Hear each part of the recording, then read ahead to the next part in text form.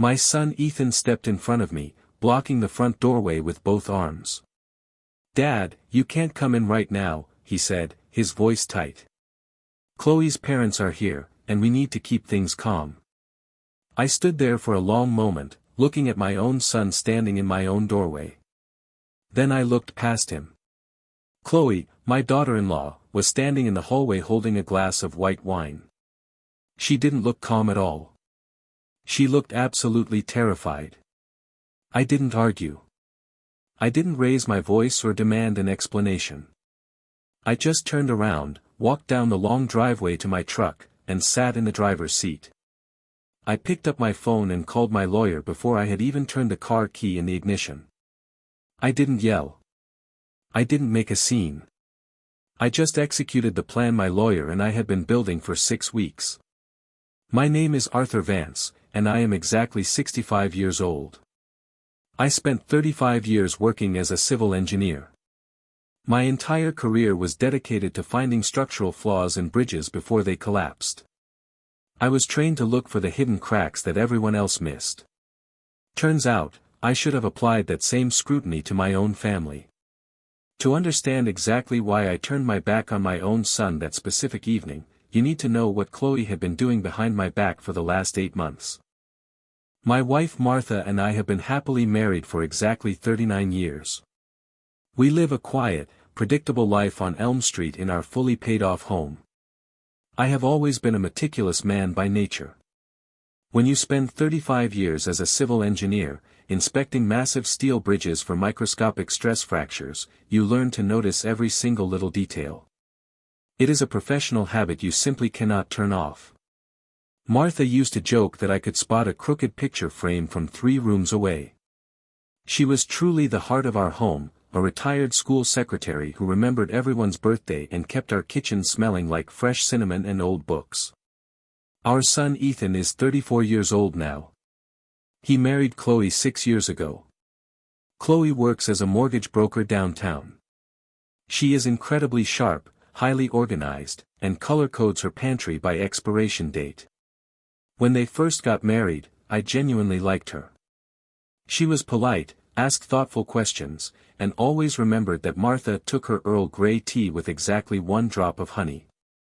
She seemed like the perfect match for my son. But about 8 months ago, subtle shifts started happening. It began with casual questions over Sunday dinner. Chloe would ask me if Martha and I had ever considered a reverse mortgage, or how exactly our property deed was titled. I brushed it off as professional curiosity. Then, I started noticing gaps in our physical mail. Not the usual junk mail, but official envelopes from the county tax assessor. I assumed it was just a postal error, or maybe the mail carrier was having a bad week. The real turning point happened in April. I dropped by their apartment to return a borrowed ladder.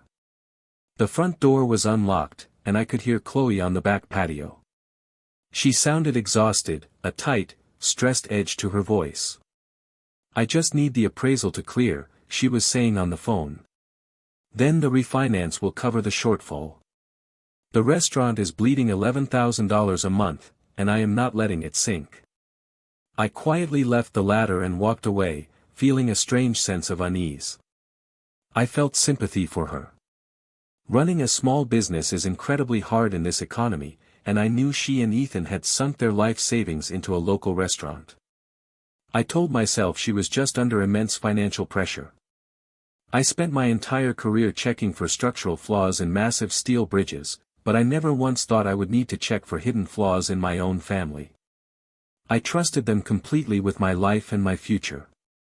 I never suspected the person smiling at me across the dinner table was secretly plotting against me. I thought she was just stressed about her struggling business.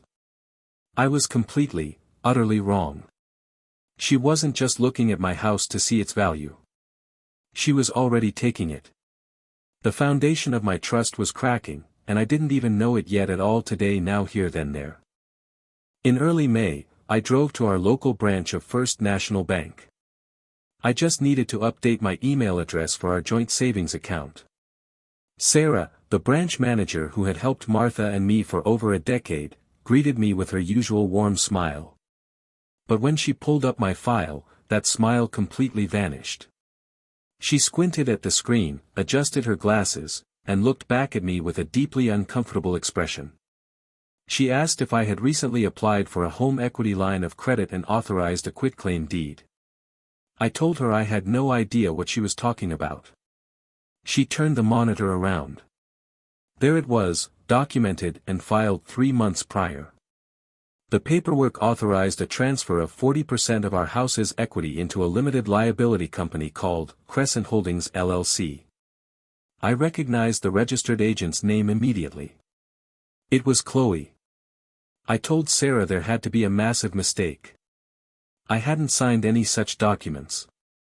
She clicked through the bank's digital portal, bringing up the authorization forms. The system showed they were signed using my personal email and a cloned digital signature that looked exactly like my own. I leaned closer to the screen. To an untrained eye, it was a perfect match. But I have spent 35 years looking at microscopic stress fractures and structural blueprints. I noticed the subtle digital artifacts. The loop on my capital was slightly too sharp. The pressure variance on the downstroke of my V was completely flat. It was a high-quality forgery, but it was definitely a forgery. My hands went cold. I didn't shake or feel panic. I just went entirely still, the way I used to when I found a critical flaw in a suspension cable. The warmth in my chest vanished, replaced by cold, hard, clinical logic. The engineer in me took over, shutting down the heartbreak so I could analyze the failure. I thanked Sarah quietly, copied the digital files onto a flash drive, and walked out into the bright afternoon sun. The world looked the same, but everything had fundamentally changed. I sat in my truck, staring at the steering wheel, letting the reality sink in. My daughter-in-law hadn't just been asking questions. She had systematically hacked my identity, forged my signature, and was actively draining the equity from the home Martha and I had paid off in 2019. I picked up my phone and dialed my best friend, Gary. He answered on the second ring, asking if I wanted to grab a beer. I took a slow, steady breath and said, "Gary, my daughter-in-law is stealing my house." There was a long, heavy silence on the other end. Then Gary said, "Say that again, Arthur." Slower. I told him everything. The HELIC, the LLC, the forged signature. When I finished, Gary didn't offer empty sympathy. He just said, "Do not say a single word to Ethan or Chloe. Not yet. You need a lawyer who destroys people for a living." I could have confronted them that day. I could have screamed. But an engineer doesn't fix a collapsing bridge by yelling at it. He builds a support structure first. Gary introduced me to Elena Rostova. She was a fraud litigation attorney who looked like she drank black coffee and ate subpoenas for breakfast.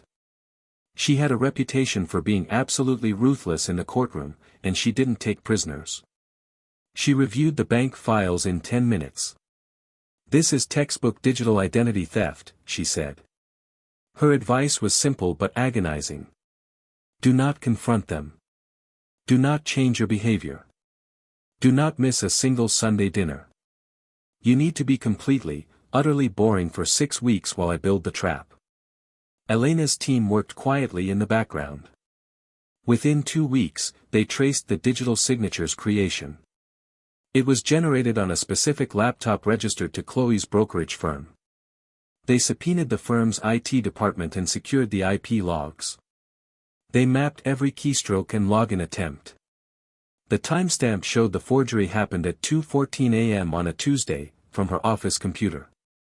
It was a smoking gun. I had to tell Martha. I sat her down at the yellow kitchen table and showed her the documents. She didn't cry. She didn't yell. She just went very still, staring at the forged signature for a long time. Then she stood up, walked to the stove, and put the kettle on for tea. She poured the hot water over the Earl Grey bag, watching the dark liquid swirl. "She always did take my tea order too seriously," Martha said, her voice flat and colder than I had ever heard it. I'll get the physical file copies from the county recorder tomorrow. The next 6 weeks were the hardest of my life. I had to sit across from Chloe at Sunday dinners.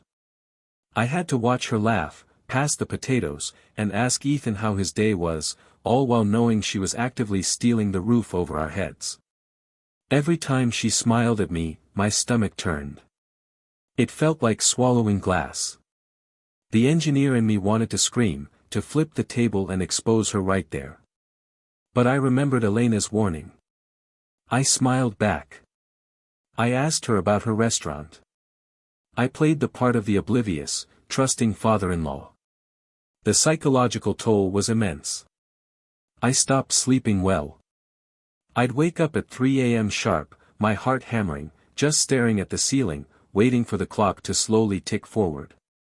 But we held the line. We didn't slip up. Not once.